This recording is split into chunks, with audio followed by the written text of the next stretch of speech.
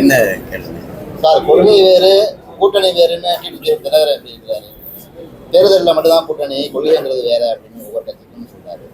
உங்களுடைய அபிப்பிராயம் என்ன சார்? இல்லைதா ஐயா, டிடிவி தினகரன் மட்டும் இல்லை, எல்லாருமே சொல்றாங்க கொள்கை வேற கூட்டணி வேற. இல்லை நீங்க எப்படி புரிஞ்சுக்கிறீங்க?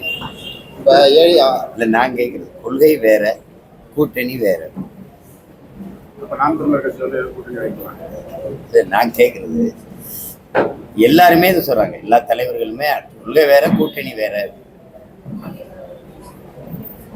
கொள்கையை விட்டுட்டு என்ன கூட்டணி இருக்கு? கூட்டு அணிங்கிறது எதுக்காக கூட்டணி? மொத்த கொள்கை இருந்தா தானே கூடி வேலை செய்யணும். கொள்கையை விட்டுட்டு ஒரு கூட்டணின்னா அது எப்படி ஏற்கிறதுனே புரியல. அது எப்படின்னு புது விளக்கமா இருக்கு. எல்லா தலைவர்களுமே பெரும்பாலும் சொல்றாங்க அது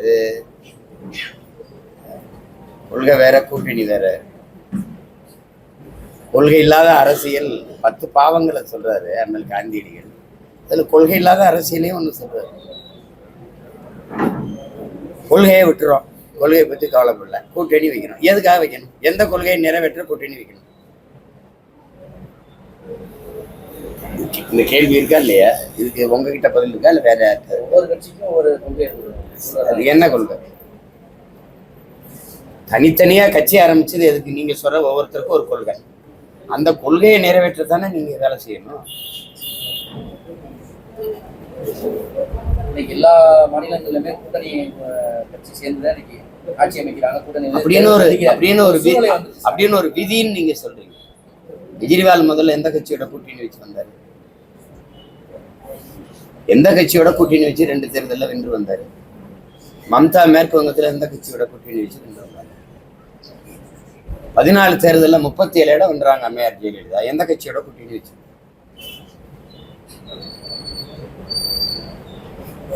மக்களை நம்புகிறவர்கள், மக்களை நம்பிதான் நினைக்கணும்.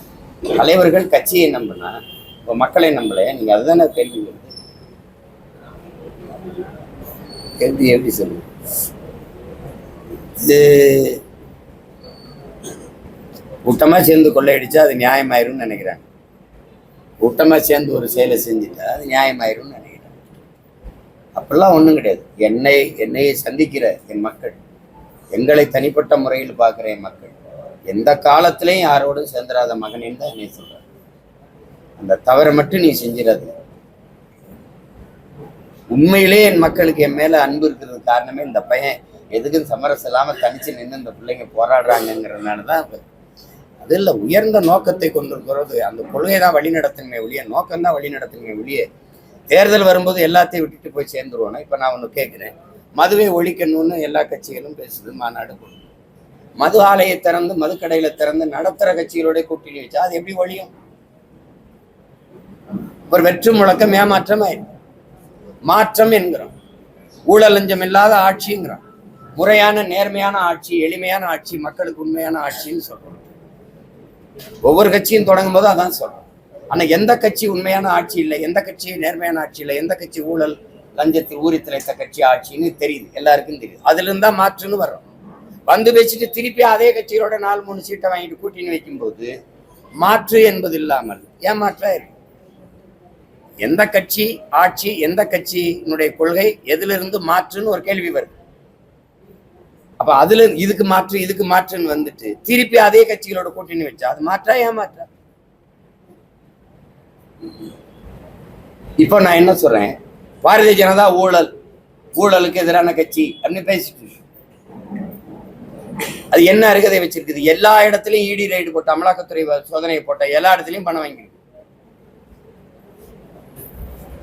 தேர்தல் பத்திர எலக்ட்ரல் பாண்டுல எல்லா இடங்களையும் பணம் வாங்கிருக்கு.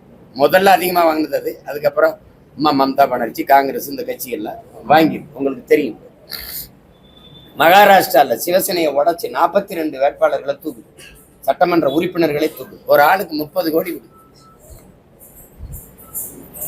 இது லஞ்சம் இல்லையா?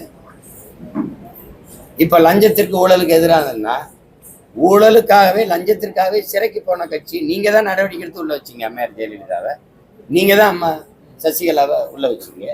அவரோட எப்படி கூட்டணி வைக்கிறீங்க? ஐயா தினகரன் ரெட்டலை சின்னத்துக்காக காசு கொடுத்தாருன்னு சொல்லி உள்ள வச்சது யாரு?